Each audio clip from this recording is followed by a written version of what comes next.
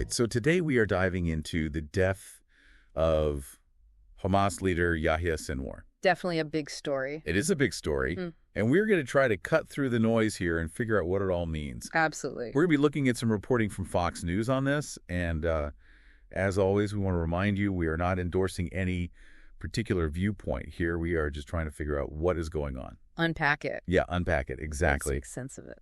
So to get started, I think we have to talk about Yahya Sinwar. Yahya Sinwar. Who was this guy? Right. And I think his nickname, the Butcher of Khan Yunis, kind of gives us a little bit of a hint. Yeah, that's not a nickname you get for baking cakes, right? Breaking cakes or making peace. Yeah. This is someone who had a reputation for extreme brutality towards anyone that he considered a threat to Hamas. Okay, so that includes... And that unfortunately included... Palestinians. Palestinians, who he felt were collaborating with Israel. So this is someone who rose to the top of Hamas. How does that happen? Well, he was involved for a very long time. Oh. He joined Hamas way back in 1987, just a few years after it was founded. So he's been there. To the early days. Since the beginning. Oh. And spent 22 years in an Israeli prison for various crimes, including abduction and torture. Wow, 22 years is a long time. That's a long time. To think about things. And to come up with even more terrible plans, I imagine. So when he gets out, what happens? Well, this is where it gets interesting. He was released in 2011 as part of this prisoner exchange for Gilad Shalit. Oh, what? Remember that? Yes, vaguely remind me. So Gilad Shalit was this Israeli soldier who was captured by Hamas back in 2006, held for over 5 years. Yeah.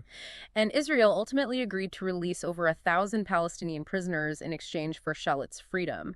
And Sinwar was one of those prisoners. Oh, so he comes back. Heroes welcome. Yeah, and then immediately into a leadership position. Pretty much. Wow. He quickly became a key military strategist, a leader within Hamas. And so when their previous leader, Ismail Haniyeh, died in July of this year, Sinwar was the obvious successor. Wow. Okay, so this was not some random operation. This was a targeted strike against the head of Hamas. Absolutely. This was a high-value target. Yeah. Israeli forces engaged suspected terrorists in Gaza.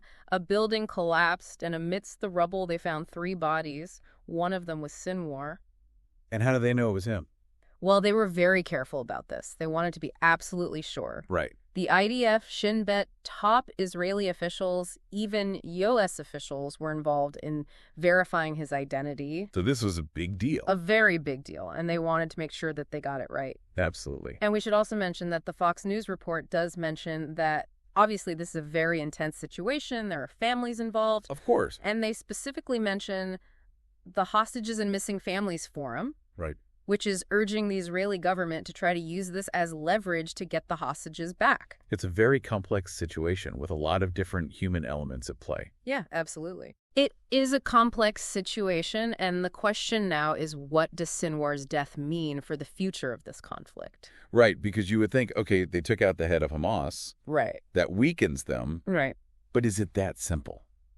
Well, that's what everybody is trying to figure out right now, right? I mean, it's kind of like removing a keystone from an arch. You don't know if the whole thing is going to come crumbling down or if it's going to somehow find a way to stay up. And maybe someone even stronger will come in and fill that space in the arch. You could have a power vacuum that leads to even more instability and violence, or it could create an opportunity for new leadership. Maybe someone more open to dialogue. So you're saying there's a chance, however small, that this could actually lead to less violence? It's possible. It's certainly not something that anyone is counting on, but it's something to keep in mind. Okay, so we've got this power vacuum within Hamas. We've got the potential for more violence or maybe less violence. Right. And then you've got to factor in Iran. Right. Iran is the big wild card here. Right, because they're the ones who have been a longtime supporter of Hamas, right, providing them with money, weapons, training, you name it. So what do they do now that their guy is gone? That's the big question. Do they try to escalate things? Do they try to install a new, even more hardline leader in Sinwar's place? Or do they say, you know what, maybe this is an opportunity to back off a little bit? It's possible, but we haven't seen any indication of that so far. Right. So if you're an optimist, maybe this is a good thing. If you're a pessimist, right, you're probably thinking things are going to get worse. And there's a lot of reason to be pessimistic, unfortunately. Yeah. I mean, we have to remember this conflict has been going on for decades. Right. There's a lot of hatred, a lot of mistrust on both sides. And these are not just political entities. Yeah. These are real people with real lives and real families. Absolutely. Who are caught in the middle of this. And those human stories are easy to forget when we're talking about geopolitics and military strategy. Yeah, so how do we even begin to make sense of all of this?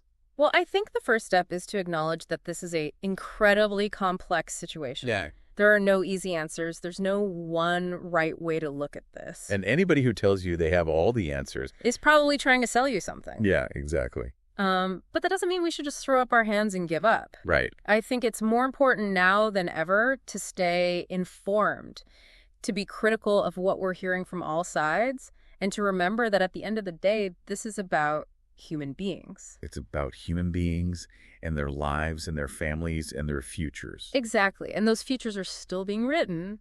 And I think sometimes we forget that, you know, when we're talking about these big political movements, it's easy to get lost in the weeds. There are real people on the ground. Right. And their lives are being directly impacted by these decisions that are being made. And even if there is some kind of, you know, peace agreement reached tomorrow, right, it doesn't erase the trauma. No, absolutely not. I mean, the scars of this conflict run very, very deep. So where do we go from here? That's the million-dollar question, isn't it? It feels like a million questions. It does, and I don't pretend to have any easy answers. Right. But I think one thing that's important to remember is that the future is not predetermined. Okay. You know, it's easy to look at the news and feel like everything is just this inevitable march towards some sort of predetermined outcome. Right. But that's not true. Okay. The decisions that are made today by leaders on both sides, by international actors, by individuals, right, those decisions will shape what happens next. So what can people do? I mean, like you said, we're not world leaders, we're not diplomats. Well, I think the first step is to stay informed, but not just passively informed. Right. You know, don't just read the headlines and click to the next story. Yeah, exactly. Dig a little deeper question. Your assumptions. Be wary of anyone who claims to have all the answers. Because there are a lot of agendas out there. Oh, absolutely. And a lot of people trying to spin this. And I think the other really important thing is to try to empathize with people on all sides of this conflict. That's hard. It is hard. Especially when you see these horrible acts of violence. Right. And you think, how could anybody support that? Right. But we have to remember that everyone has their own story, their own experiences that have shaped their worldview. Yeah, that's a good point. And if we can try to understand where they're coming from, even if we don't agree with them, it might help us find a way forward. So as we kind of wrap up this deep dive, yeah, I think that's a good note to end on. Yeah. You know, this idea that the future is not set in stone. It's up to all of us. And that we all have a role to play in shaping it. Absolutely. So to our listeners, we're going to keep following this story as it develops. But for now, thank you for joining us on this deep dive.